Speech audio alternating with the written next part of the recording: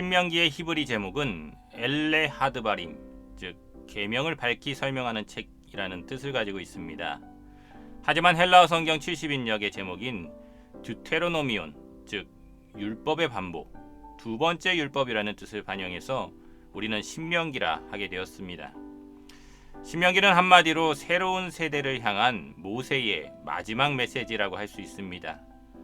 즉 모세의 마지막 고별 설교인 것이죠.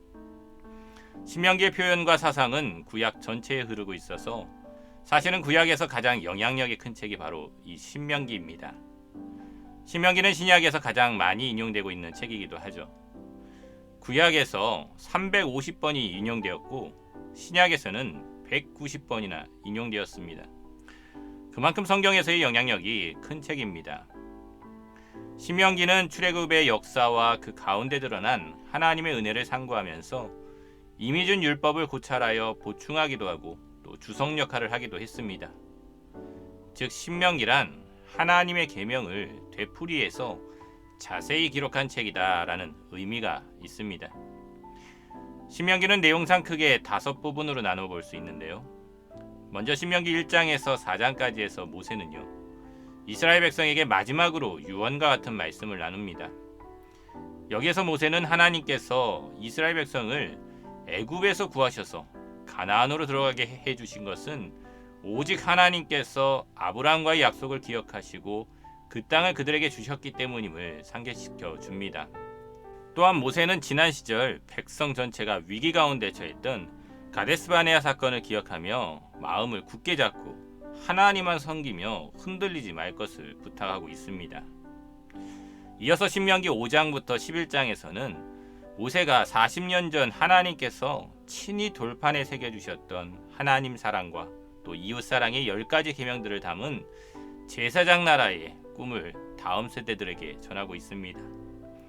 특히 이스라엘아 들으라 라는 말로 시작되는 신명기 6장 4절부터 9절까지의 말씀인 이 쉐마의 말씀을 통해서 하나님의 계명을 자녀들, 다음 세대들에게 계속해서 전하고 마음에 새기도록 말하고 있습니다. 계속해서 12장부터 26장에서는 이스라엘의 다음 세대가 가나안 땅에서 구체적으로 어떻게 살아가야 하는지 기록되어 있습니다. 바른 예배 장소, 면제년, 도피성, 또 올바른 11조의 사용법 등을 통해서 하나님께서는 이스라엘 백성들이 가나안 땅의 문화가 아니라 하나님의 문화를 세워가도록 그들을 깨우쳐주고 계신 것입니다. 네 번째로 27장에서 30장까지에서는 모세가 이스라엘 백성들이 가나안 땅에 들어가서 가장 먼저 해야 할 일로서 율법을 기록하고 단을 쌓아서 하나님께 예배드리는 일이라는 것을 전하고 있습니다. 이스라엘에게 가장 중요한 것은요, 하나님과의 관계였습니다.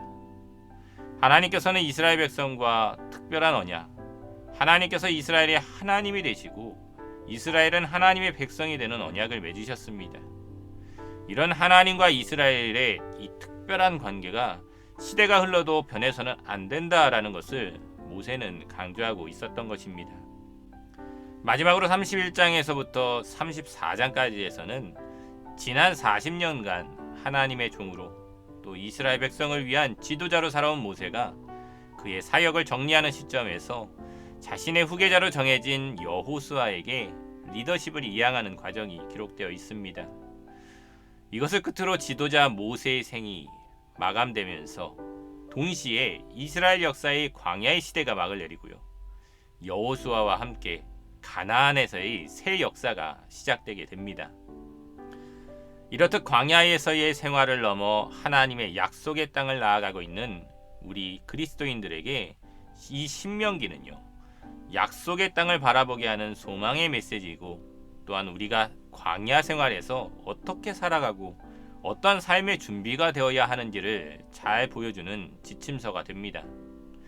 이러한 신명기를 읽어나가면서 저와 여러분이 하나님의 뜻을 더 잘 알고 또 광야 같은 인생을 지혜롭게 살아감으로써 약속의 땅을 향해 담대히 나아가시는 복된 인생의 지혜를 깨달으시기를 간절히 소망합니다.